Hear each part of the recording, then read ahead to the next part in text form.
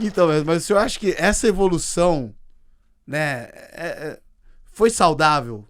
A forma que o jiu-jitsu cresceu foi saudável? Podia ser mais saudável? É claro que se a gente pudesse desenhar como a gente gostaria que fosse, talvez a gente fizesse diferente, né? Mas assim, a gente tem o que a gente tem, a gente é o que a gente é por toda a história, né? Dos desafios e como a família Gracie introduziu o jiu-jitsu no Brasil e como eles trouxeram o mesmo modelo para fazer aqui nos Estados Unidos através do UFC. Eu acho que o jiu-jitsu, claro que o MMA ajudou o jiu-jitsu, mas eu acho que o jiu-jitsu tem que ser totalmente desconectado disso, porque o MMA traz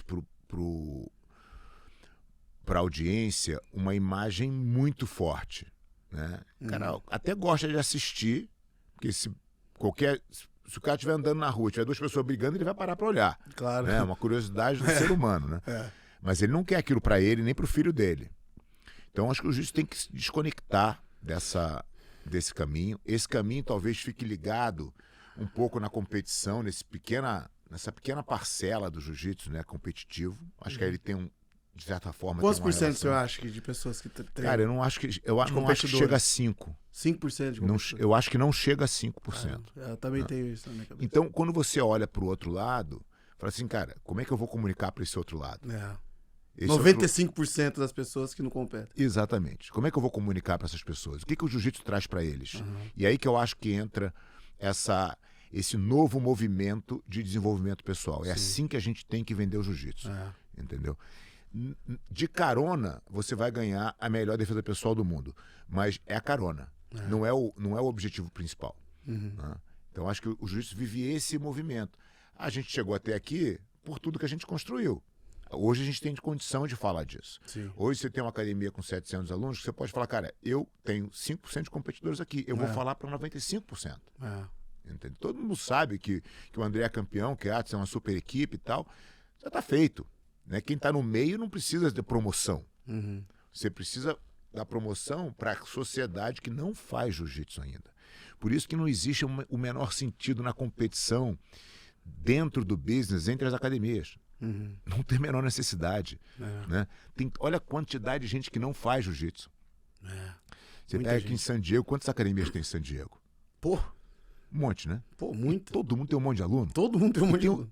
E ainda assim tem muito mais gente que não faz jiu-jitsu. É. Então, as academias têm que se unir num discurso que seja propositivo, né, cara? Assim, como é que eu entrego o jiu-jitsu para as pessoas? Por que o jiu-jitsu é a melhor coisa que você deveria procurar para o teu filho? Por que a sua mulher deve fazer jiu-jitsu? Por que você deve fazer jiu-jitsu? Por que a família deve ter o jiu-jitsu como esporte comum? Né? São tantos benefícios, cara, que eu acho que esse é o caminho. E a gente, como você falou, agora quem tem o social media, você tem acesso a chegar nas pessoas. Muito. Né? É tudo como você se comunica. Legal, mestre. E através esse descobrimento, vamos dizer, né, que o senhor teve sobre o desenvolvimento pessoal, né? Eu acredito que a equipe Gracie Barra faz isso muito bem também, né? Eles fazem bem isso. Tanto é que é a maior equipe do mundo hoje, né? Com mais praticantes, vamos dizer, né?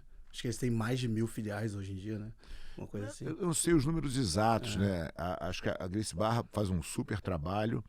Eu acho que eles compartilham pouco com a comunidade do jiu-jitsu. Né? Acho que eles têm um trabalho fechado da Gracie Barra, e que é um super trabalho bem feito, indiscutível. Mas eu acho que eles deveriam compartilhar mais. Sim. Eu vejo as nossas escolas compartilhando muito mais do que a gente faz. Eu tô aqui falando o que eu faço. Eu não tenho absolutamente nenhum segredo com a comunidade do jiu-jitsu. Porque eu acho que quando a maré sobe, todos os barcos sobem. Se o jiu-jitsu for maior, é óbvio que eu vou ser maior. Com certeza. Entendeu? Sim. Não é que eu tô te dando um conhecimento que eu tô deixando de ter ele. Todo mundo tá melhorando. E aí o jiu-jitsu melhora como um todo, né? Então acho que... Demais. Mas enfim, eu não sei se eles têm 1000 escolas ou não, mas eles podem estar próximos disso. Mas assim, uma coisa até que uma vez eu tava falando com o Siriema, né? E o mestre Carlinhos Gracie Jr., que é o presidente da Gracie Barra, e ele também é o presidente da Federação Internacional de Jiu-Jitsu, a BJJF. O Siriema falou, uma vez, André, eu fui parar de treinar, o Carlinhos deu 1 hora de speech. Tipo assim, foi pra todo mundo, mas meio que direcionando pra mim. Tipo, você vai ser uma pessoa infeliz se você parar de treinar. Porque, tipo assim, você vai deixar de se desenvolver pessoalmente falando, né? E você vai se tornar uma pessoa triste, porque você já gosta de jiu-jitsu. Então, a partir do momento que você gostou do jiu-jitsu, descobriu que o jiu-jitsu te desenvolve, não tem como você largar do nada. Difícil, né? É difícil, entendeu? Então, é isso realmente que a gente tem que vender para as pessoas, né? E assim, o senhor tá fazendo esse trabalho muito bem feito, né? Tanto na parte das pessoas que não são competidoras, como na parte da pessoa que compete também. Porque o competidor, ele tem também esse desenvolvimento pessoal. Muito. Né? E ele, na verdade, é o cara que mais sente na pele tudo que a gente tá falando. Né? Se eu não tivesse sido competidor, puta, eu não sei se eu conseguiria fazer as analogias que eu faço. Né? Então, acho que tem... Por isso que eu defendo muito, cara, o competidor, ele precisa entender que a vida vai continuar. Depois que ele parar de ser competidor. Né? Ele vai viver mais tempo, né? É provável que ele viva mais tempo sem ser competidor do que o tempo de competidor dele. Com certeza. Né? Então, cara, estuda. Porque você vai precisar ter capacidade de transmitir o que você aprendeu como competidor. E se você não tiver, se você não for uma pessoa articulada, se você não tiver vocabulário, se você não souber conversar, se você não souber se expressar, você não consegue ser professor. Fica mais difícil. Né? Fica mais difícil, entendeu? Então, de repente, a gente tem um competidor que tem um monte de conhecimento, que viveu muita coisa, que teria muita experiência para passar, mas ele não consegue fazer isso, porque ele não consegue se expressar. Né? E isso só vem através do estudo, cara. As pessoas têm que buscar esse conhecimento.